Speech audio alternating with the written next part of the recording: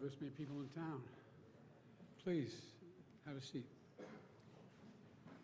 As you know, I just concluded several hours of meetings with President Xi, and I believe they were some of the most constructive and productive discussions we've had. I've been meeting with President Xi since both of us were vice president over 10 years ago. Our meetings have always been candid and straightforward. We haven't always agreed, but they've been straightforward. And today, build on the groundwork we laid over the past several months of high-level diplomacy between our teams. We've made some important progress, I believe. First, I'm pleased to announce that after many years of being on hold, we are restarting cooperation between the United States and PRC on counter-narcotics. In 2019, you may remember, China took action to greatly reduce the amount of fentanyl shipped directly from China to the United States. But in the years since that time, the challenge has evolved from finished fentanyl to fentanyl chemical ingredients and pill presses, which are being shipped without control. And by the way, some of these pills are being inserted in other drugs like cocaine. A lot of people are dying. More people in the United States between the ages of 18 and 49 die from fentanyl than from guns, car accidents, or any other cause, period.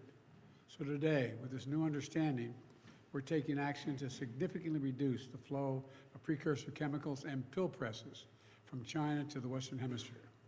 It's going to save lives, and I appreciate President Xi's commitment on this issue. President Xi and I tasked our teams to maintain a policy and law enforcement coordination going forward to make sure it works. I also want to thank the bipartisan congressional delegation to China, led by Leader Schumer, in October, for supporting this effort so strongly. Secondly, and this is critically important, we're reassuming military-to-military contacts, direct contacts. As a lot of you press know who follow this, that's been cut off, and it's been very worrisome. That's how accidents happen, misunderstandings. So we're back to direct, open, clear, direct communications on a direct basis. Vital miscalculations on either side can cause real trouble with a country like China or any other major country. And so I think we're made real progress there as well. And thirdly, we're going to get our experts together to discuss risk and safety issues associated with artificial intelligence. As many of you who travel with me around the world, almost everywhere I go, every major leader wants to talk about the impact of artificial intelligence. These are tangible steps in the right direction to determine what's useful and what's not useful, what's dangerous and what's acceptable. Moreover, there are evidence of cases that I've made all along. The United States will continue to compete vigorously with the PRC, but will manage that competition responsibly so it doesn't veer into conflict or accidental conflict. And where it's possible, where our interests coincide, we're going to work together like we did on fentanyl. That's what the world expects of us. The rest of the world expects, not just in people in China and the United States, but the rest of the world expects that of us. And that's what the United States is going to be doing. Today, President Xi and I also exchanged views on a range of regional and global issues, including Russia's refusal and brutal war to stop the war and brutal war of aggression against Ukraine and conflict in Gaza. And as I always do, I raised areas where the United States has concerns about the PRC's actions, including detained and exit-banned U.S. citizens, human rights, and coercive activities in the South China Sea. We discussed all three of those things. I gave them names of individuals that we think are being held, and hopefully we can get them released as well. No agreement on that. No agreement on that. I also stressed the importance of peace and stability in the Taiwan Straits. It's clear that we object to Beijing's non-market economic practices and disadvantage American businesses and workers, and that we'll continue to address them. And I named what I thought a number of those were. I welcome the positive steps we've taken today, and it's important for the world to see that we're implementing the approach in the best traditions of American diplomacy. We're talking to our competitors, and the key, and just talking, just being blunt with one another, so there's no misunderstanding, as a key element to maintaining global stability and delivering for the American people. And in the months ahead, we're going to continue to preserve and pursue high-level diplomacy at the PRC in both directions to keep the lines of communication open, including between President Xi and me. He and I agreed that each one of us could pick up the phone, call directly, and would be heard immediately. And that's, now I'd like to be able to take some questions, if I may. And I'm told that Dimitri of the Financial Times has the first question. Thank you. And as an Irishman, I apologize for bringing the rain. Well, holy God, I wouldn't have called on you if I'd known that.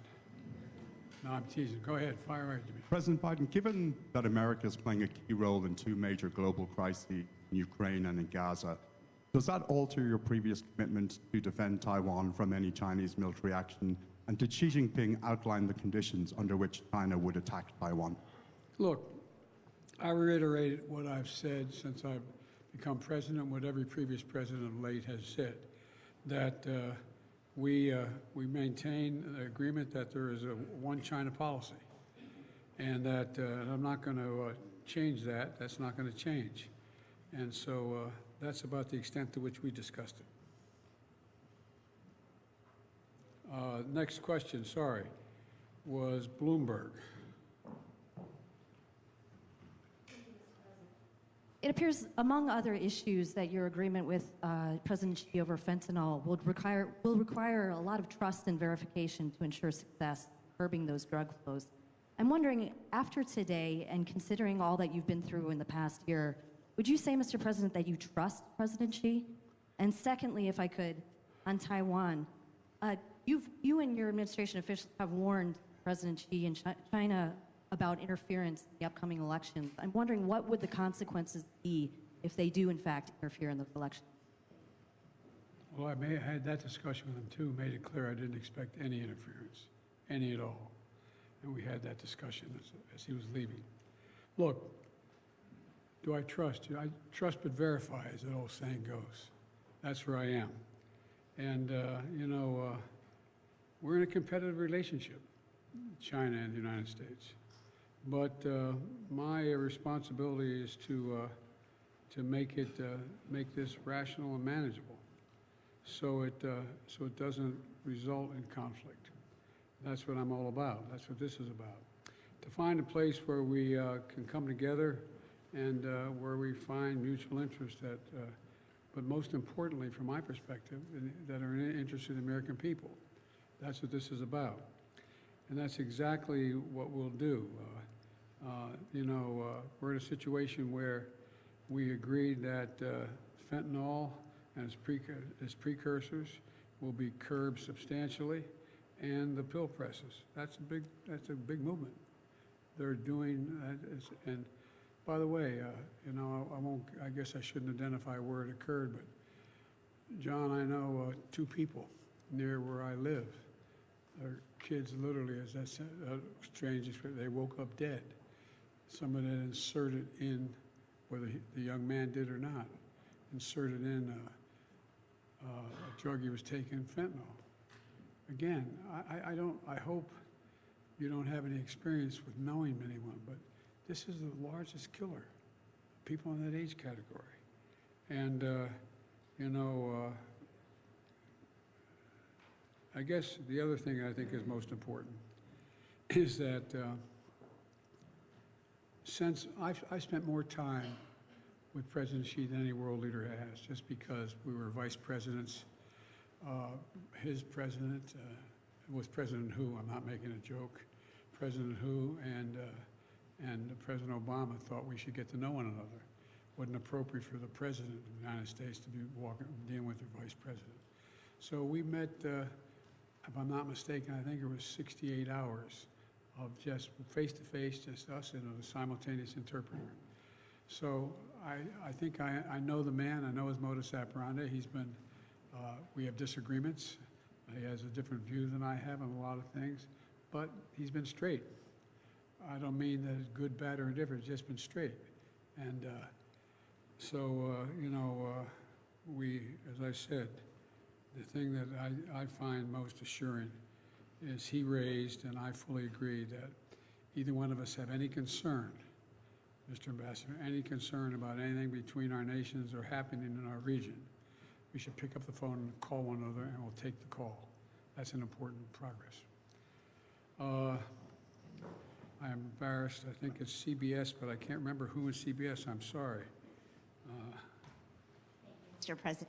Judge Jay. Sorry. I apologize.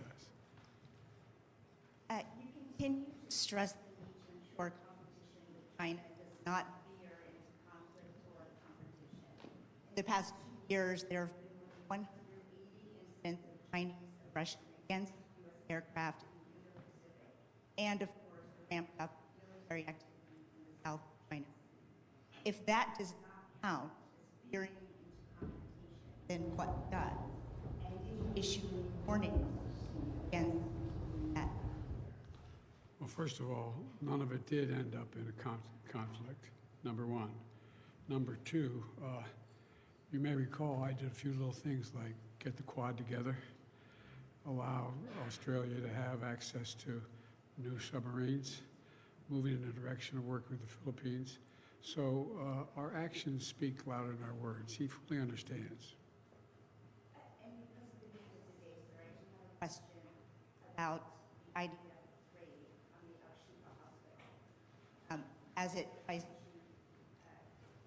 contain and take out the Hamas that is there. This week, you also said that we must protect hospitals. So when you weigh the target against the number of civilians inside the hospital, is the operation underway justified?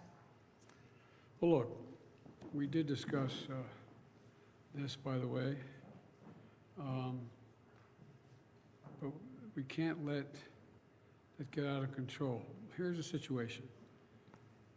You have a circumstance where the first war crime is being committed by Hamas by having their headquarters, their military, hidden under a hospital. And that's a fact. That's what's happened. Israel did not go in with large number of troops, did not raid, did not rush everything down. They've gone in, and they've gone in with their soldiers carrying weapons, their guns. They were told, let me be precise. We've discussed the need for them to be incredibly careful. You have a circumstance where you know there is a fair number of Hamas terrorists. Hamas has already said publicly that they plan on attacking Israel again, like they did before, do everything cutting babies' heads off to burning women and children alive. And so the idea that they're going to just stop and not do anything is not realistic. This is not the carpet bombing. This is a different thing. They're going through these tunnels. They're going into the hospital. And if you notice, I was mildly preoccupied today. I apologize. I didn't see everything. But what I did see, whether I haven't had it confirmed yet, I am asked my team to answer the question. But what happened is they're also bringing in incubators. We're bringing in other means to help the people in the hospital. And they've given the doctors and, I'm told, the doctors and nurses and personnel an opportunity to get out of harm's way. So this is a different story than I believe what was occurring before with indiscriminate bombing. What do you got? Washington Post. I think that's right. Mr. Oh, there you are. Sorry, I couldn't see in the light. Mr. President, Israel's war in Gaza more than 11,000 Palestinians just for a month and I'm created. sorry, you're breaking up. I didn't. We did. Israel's war in Gaza has killed more than 11,000 Palestinians in just over a month and created a humanitarian disaster. Israeli officials have said this war could take months or even years. Have you communicated to Prime Minister Netanyahu any sort of deadline or time frame for how long you are willing to support Israel in this operation? Are you comfortable with the operation going on indefinitely, and is there any deal underway to free hostages? Thank you. Yes, no, working backwards, forward. Look, I have been deeply involved in moving on the hostage negotiation. I don't want to get ahead of myself here because I don't know what's happened in the last 4 hours, but we've gotten great cooperation from the Qataris. I've spoken with them as well a number of times. I think the pause, and that the Israelis have agreed to, it's down to, well, I'm getting too much detail. I know, Mr. Secretary, I'm going to stop. But I am mildly hopeful. I'm mildly hopeful. With regard to when is this going to stop, I think it's going to stop when Hamas no longer maintains the capacity to murder and abuse and just do horrific things to the Israelis, and they still think that, at least as of this morning, they still thought they could. I guess the best way for me to say it is that I take a look.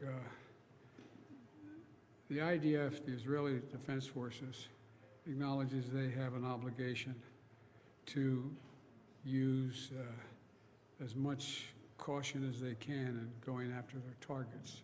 It's not like they're rushing in the hospital, knocking down doors, and pulling people aside and shooting people indiscriminately. But Hamas, as I said they plan on attacking Israelis again, and this is a terrible dilemma.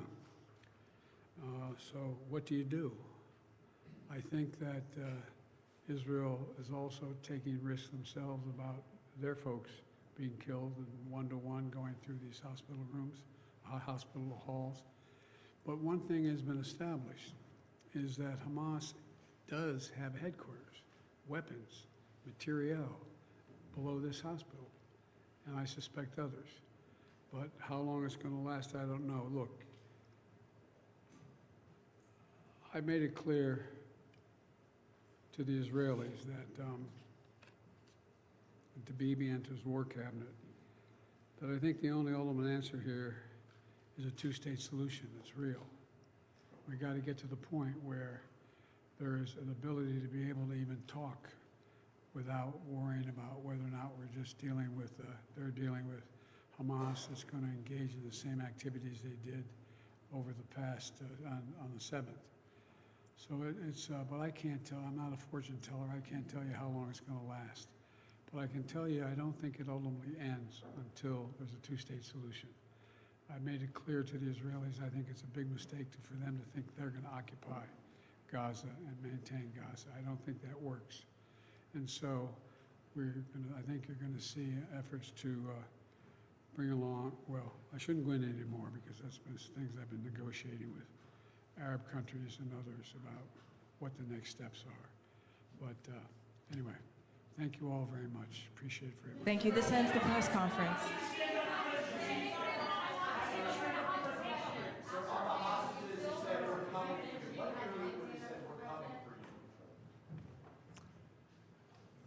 When Hamas said they plan on doing the same thing again, what they did on the 7th. They're going to go in, they want to slaughter Israelis. They want to do it again. They've said it out loud. They're not kidding about it. They're not backing off. And so I just asked a rhetorical question. I wonder what we would do if that were the case. On the hostages, though, you said we're coming for you. What do you mean to the American hostages when you said, Oh. hang tight, we're coming for you? What I meant was I'm doing everything in my power to get you out. Coming to help you, to get you out. I don't mean sending military in to get them. Is that what you thought I might mean? No. I was not talking about the military. I was talking about you're on our mind every single day, 5, 6 times a day. I'm working on how I can be helpful in getting the hostages released and have a period of time where there's a pause long enough to let that happen. And there's somewhere between 50 and 100 hostages there, we think. And sir, one's a 3-year-old American child. You're darn right it is. That's why I'm not going to stop till we get her.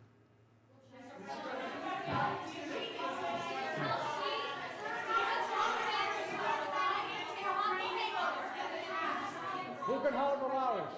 Can you detail for us what kind of evidence that you have seen that Hamas has a command center under Al-Shifa Hospital?